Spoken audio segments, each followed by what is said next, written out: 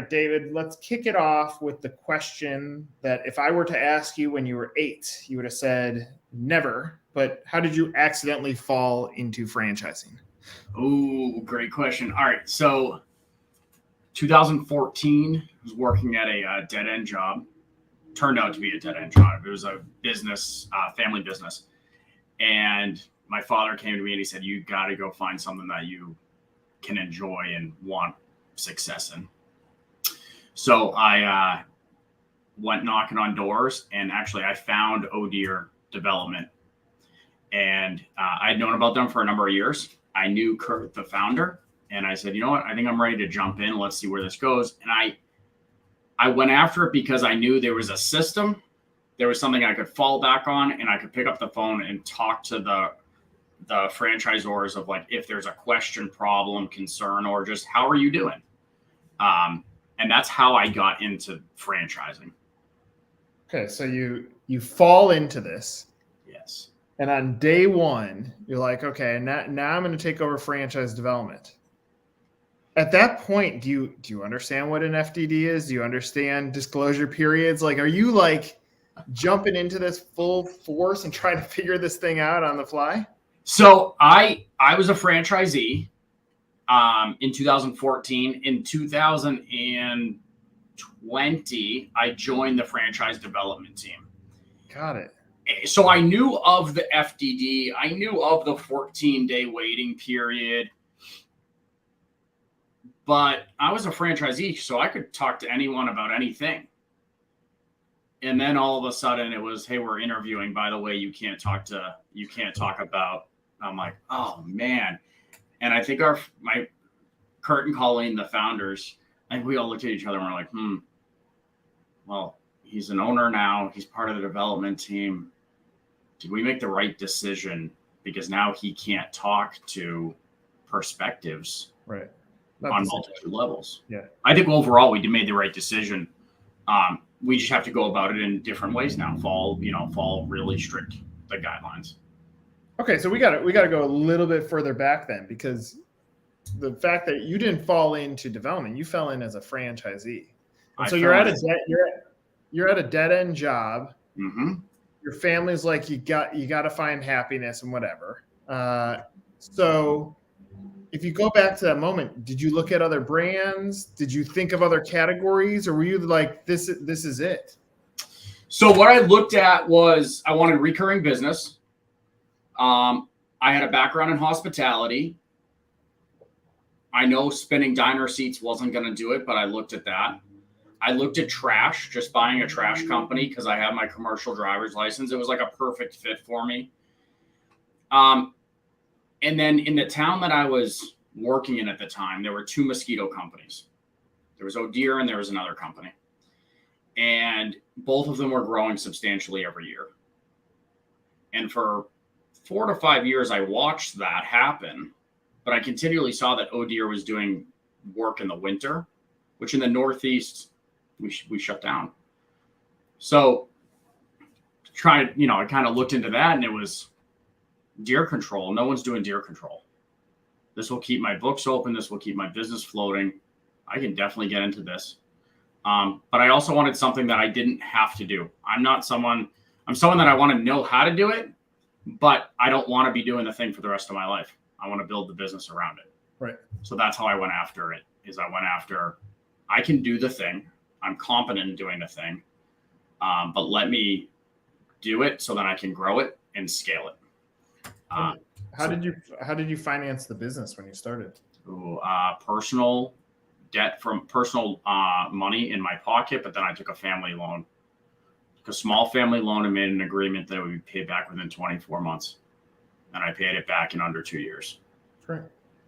So, I think to those moments, and I've talked with some other people about this. Like when I started my company, I had $8,000 to invest into it.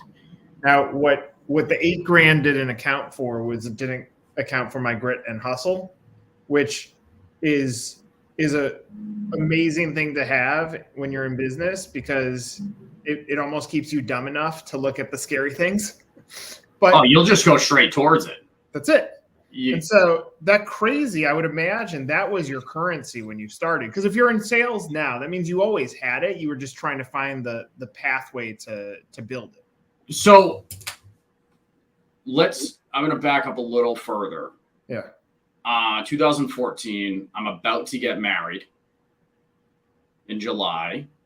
I had a house, and I went to my fiance at the time and said, hey, I'm going to leave my gainfully employed job. I'm going to buy a business, but the only way we can do this is if we move into your parents' summer house, an hour and a half away from where we are right now.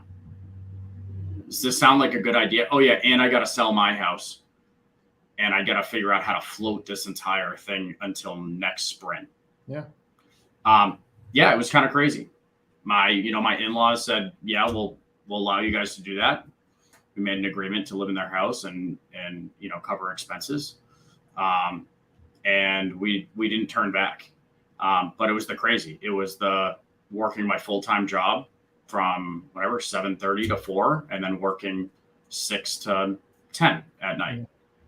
And I see a lot of folks in franchising come in or any business come in and they say, great, I'm going to get a hold of this. I'm going to do it. But then they don't realize that you're used to working 9 to 5. You're now working 5 to 9, but it's 5 a.m. until 9 p.m. Right. And they may not want the hustle and grind. And I'm not someone that wants to sit here and say, you got to hustle and grind and beat yourself down. You got to be strategic about how you're going to hustle and grind. But you have to have that in you.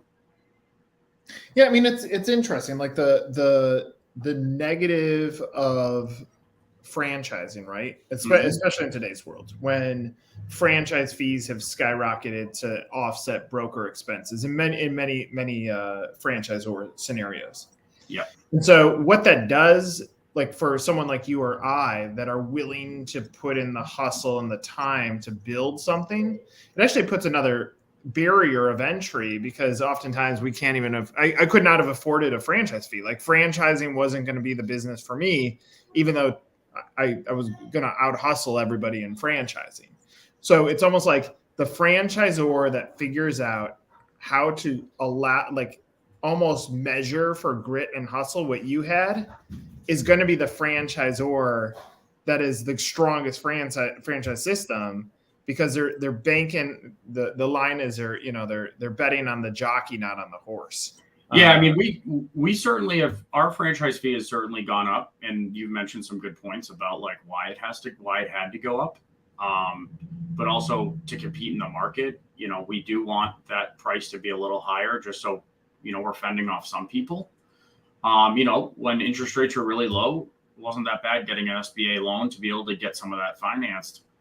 At this point, you have to have the dollars. What I find is the folks that are willing to say, I want it. I want to change my life. I have to do this for my brother. I have to do it for my family. I can't stay where I am.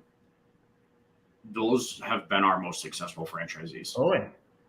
And they put the sweat, blood, the tears on the line to get it done. And they don't make excuses of why something didn't work. They say, whoa, that didn't work. Why? And then they figure out why. And then they, go back to the drawing table on how we're going to make it better. Yeah. I think that those mentality, those stories, those people who have turned a tough moment in life into fuel for business or career or whatever, it could be running a marathon. They end up like that secret sauce ends up being so important, because business ownership is scary and franchising is even scarier, because you're owning a brand that you don't have any control over. You're there to operate it. And so when you add all those complexities in there, it's almost like you need that degree of crazy. And it's funny because, our company's in the business of studying viability and then marketing it depending on what the franchisor is. And as you're talking, I think through all of the traits that we look for in franchisees, and the grit and hustle is sometimes mixed in there. It's almost like that has to come first, because if that doesn't, then when franchisor X says, go spend your 2% on marketing. They're like, and then they don't spend it. Like, yeah, no problem. I'll do that. That sounds good. And then it doesn't happen. And then we're looking at each other going, why didn't you grow? Or what happened? Oh yeah, I didn't think it was serious, or I didn't have the dollars. It's like, well, we got to find the dollars. We got to make this happen. You have to put some skin in the game to make that thing work. I find that folks that sometimes have a business and they're running it, and then they say, hey, I'm going to get into franchising. I love what Dave's done. I love what Kurt, Colleen have done. A couple of our other franchise, like, yeah, I want to do that. But then they don't realize, and they come to my shop, and I've got a pretty expansive shop. And they come to it and they're like, this is what I want. And it's like, okay, you've been running a business with 50 clients for 20 years. You're interested in high ticket, low volume. Our industry's lower ticket, higher volume. You can't necessarily go to Mexico in May or June. You have to be you got to be, in the driver's seat at that point. And getting some of those guys to flip direction can be difficult. We know they had the hustle and grind to get their business off the ground, but they're at a different stage in life. They're on the other side of it where they want to relax and enjoy their 50 clients in high end. They don't necessarily want to, be out pulling a hose, dealing with 1,000 clients. So how did you approach scale? Like, you obviously grew your business locally, but did you expand it territory wise? Yes. Okay. So I went after, it was in 2014, got my unit. 2016, I was brought in on one other unit close by. And it was an investor that came in and said, hey, he wants it. He needs an operator. And I came to be. What I found with that is it was a great connection for me, but it wasn't perfect because I didn't have the revenue to support a second unit. I didn't have the ability at their time because I was still much in the field. Since then, gotten out of the field, put some good people in charge in my businesses to manage my multiple locations. I currently am ownership in 4 units. Most of them are run out of my main office, and then we have sub locations. The scaling came to it in 2019. I looked at my revenue and I looked at my profit, and I said, all right, I spent X dollars in advertising this year and I grew by X dollars or X percent. If I were to take that same amount, if I were to double my marketing, let's say it was $40,000. If I were to take $40,000 out of my bank account today, like I didn't have it, would my life change? And I said, no, my business wouldn't change. So what if I had used that $40,000 and put it back in my marketing time and doubled my advertising to 80? What's the worst that would happen? I'd be in the same financial situation I'm in today, or I could have doubled my new clients. So we did that in 2020 through COVID, and we scaled. Huge. We figured it out, and we just said, wow. We started measuring every single dime we spent. Every client we talked to, converted, didn't convert, canceled, agreed, recurred, whatever it was. We understood our recurring ratios. We understood our attrition, and we just ran with it. And we haven't stopped. So owning the franchise as a franchisee, selling the franchise as the franchisor, because you went through everything from starting with nothing, risking the financial health of your entire family, hustling, figuring out scale, spending on marketing, all that juice. Does that mean that when a candidate's coming in, it's not overly hard to sell? Because you're like, I can tell you what my blueprint was. I can tell them what my blueprint was and what I did. I don't know if it was necessarily perfect, but what I can show them our growth and what we've done and how we've done it just through a tour through my shop with just photos of this is where we were year one. And I don't feel it's a hard thing, honestly, to sell, but I need the right person that understands that we're doing a smaller average ticket stop, but we're doing a really high average client value over a season. So I need them to be able to understand that it's a volume game and that you're not going to start off with a full truck right off the bat.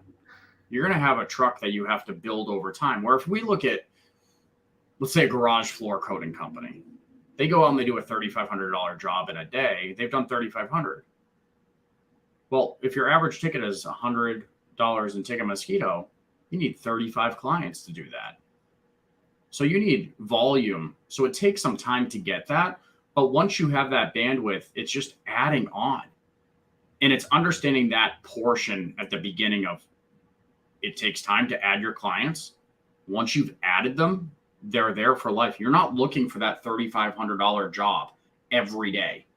You're looking for a consistent amount of clients every day, every week, every month. And then you're just servicing them and you just continually service them.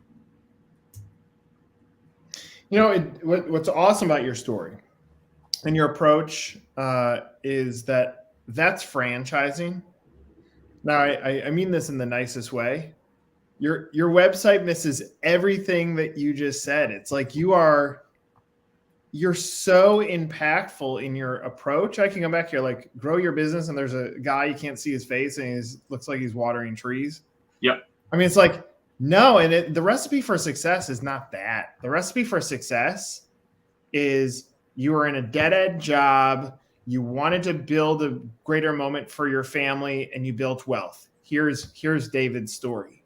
Does this connect with you as a human being? And automatically people can read that. Because like the reality is you're in a great segment. Call it the mid early 2000s is when mosquito brands started taking off. And then the benefit of like the Zikas or the West Niles, like there was enough things that were happening to humans that said, yeah, this is not something you just want to kill. You don't want it in your life. And then the ticks. So like the products that you service, like the customer knows that they don't want that crap. But the model is so big. And we are doing a revamp on our website. So, sometimes it's one of these, like, we got to get something out there. We do it. We follow advisors. And then we look back and we're like, but it's not our story, which is what you've heard our story is. And if you speak to our founder, Kurt, and you heard his story, it's the same thing. He was sick and tired of putting a shovel in the ground. Yeah. You look at another gentleman who was working at a hotel, another guy working at Raytheon, another guy, doing consulting with HR. Some of which of these guys were employees of the founder. Some of them aren't. And it was the industry, obviously it's taken off since 2000. Everyone in there, all the big franchisors for mosquito are sold out at this point. Yeah. They're all chemical. They're all, the differentiating. We don't see the guy in this photo, but we see how we spray, which everyone is typically with a backpack. We're not. And most folks are concerned about mosquitoes. Our major thing is we got to kill ticks, Lyme disease. That used to be the scary one. There's now way worse ones that people, are afraid of. And it's mosquitoes definitely we want to get rid of as well. But we can give you a solid control with both. Yeah. With an all natural product. If you look at the market, everyone's a chemical. Everyone's a straight chemical. Ours is all fit for 25B. So they're minimum risk based off the federal government, which allows us to spray in areas that a lot of people can't spray. Yeah. I mean, there's your message. I mean, you're saying like part of what you're trying to say or sell, every franchise sells this. I've always said this, and it's not like franchise marketing and consumer marketing are not supposed to be different. When you can position what the consumer story is, then to the next David's like, ooh, I know how to sell that. That's an easy thing for me to sell. That's part of the magic of doing this. So, I mean, I agree with you. I mean, a long time ago, we got Mosquito Joe at Unit 1. We grew them. We were their marketing firm until the point of sale to, at that point, Dwyer Group, now Neighborly. Yep. Along that ride, like all we were doing is showing the magic of what you can sell to the consumer, and franchisees were buying in like crazy because they saw the pathway. Brands like that sell out. but brands like that can't be the only one that services a community, and that's where I see a perfect pathway for it. And look, if this doesn't work out, like I'd love the name. I was like, that could be like a restoration company, because ohDEER, you spilled something on the floor. Like, there's so many things that you can build with ohDEER, so that's a good thing too. Right. All right. So if I said, what's your why you, why now, how would you answer that? Why you, why me, why now? For the brand. Yeah. So for the brand, it's all natural all the time. Huge thing. We know that Gen Zs right now, millennials, they all will spend more money for an all natural. So provide it, offer it, only do it.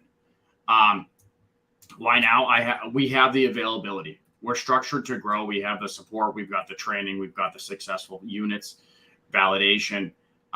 And it's going to get better. We're looking at like 5 to 10 years of serious growth in the industry. And then there's most likely going to be consolidation between some of the bigger guys, or some are going to disappear.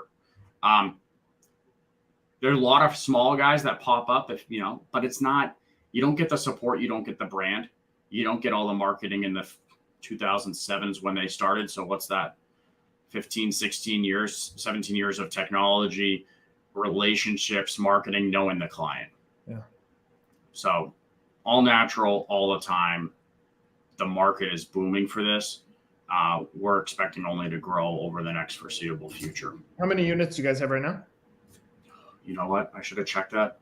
It's either 14 or 15. We've had some consolidation. I've picked up one of them.